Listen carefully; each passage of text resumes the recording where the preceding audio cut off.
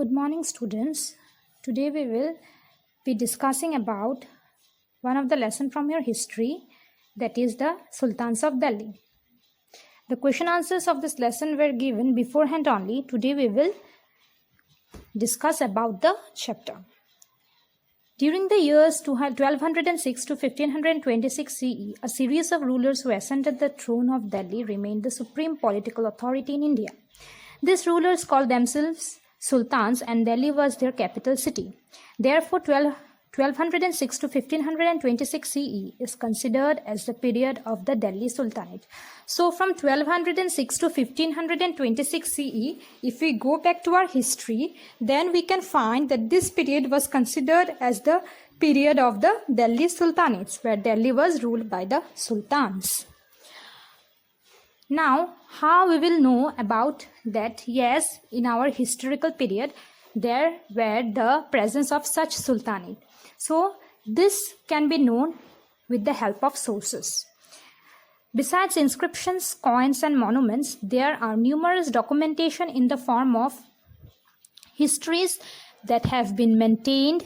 These records were known as Tawarikh, plural form of Tariq, and were written in Persian, the official language in Delhi Sultanate.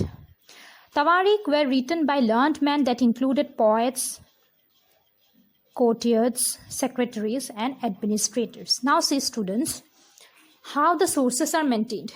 We already know that sources are very important proof of the happenings of our history.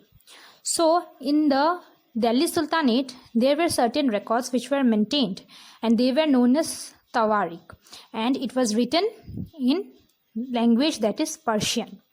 So, it was written by different types of poets, scholars, courtiers, secretaries, and administrators who were present during the Delhi Sultanate.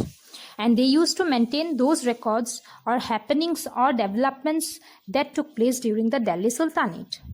Accounts of foreign travelers such as the Moroccan traveler Ibn Battuta. So Ibn Battuta was a foreign traveler. He was from Morocco, and he also maintained different types of sources. Okay, so his sources helped us to reconstruct the history of the Delhi Sultanate. His works mentions Muhammad bin Tughlaq's decision to shift the capital from Delhi to Daulatabad and the elaborate preparation made for the shifting. Now see, that means Ibn Battuta, in his writings or in his sources, we could find that how Muhammad bin Tughlaq, he had shifted his capital from Delhi to Daulatabad. Now students, before going to the different dynasties which are given in this chapter, we need to know from where the sultans they came and settled in India. It is very much important for us to know. These sultans, they were not the aboriginals, or we can say as a son of the soil of India. They came from outside India. That means we can say that they came from a country that is known as Turkey. The sultans of the Delhi Sultanate were basically Turkish, and all their customs, traditions that they have continued in the Delhi Sultanate were basically Turkish culture. So when we will go deep into the lesson, then we will find that there are certain types of traits, or we can say certain type of culture which is quite similar to that of the culture that is followed in Turkey.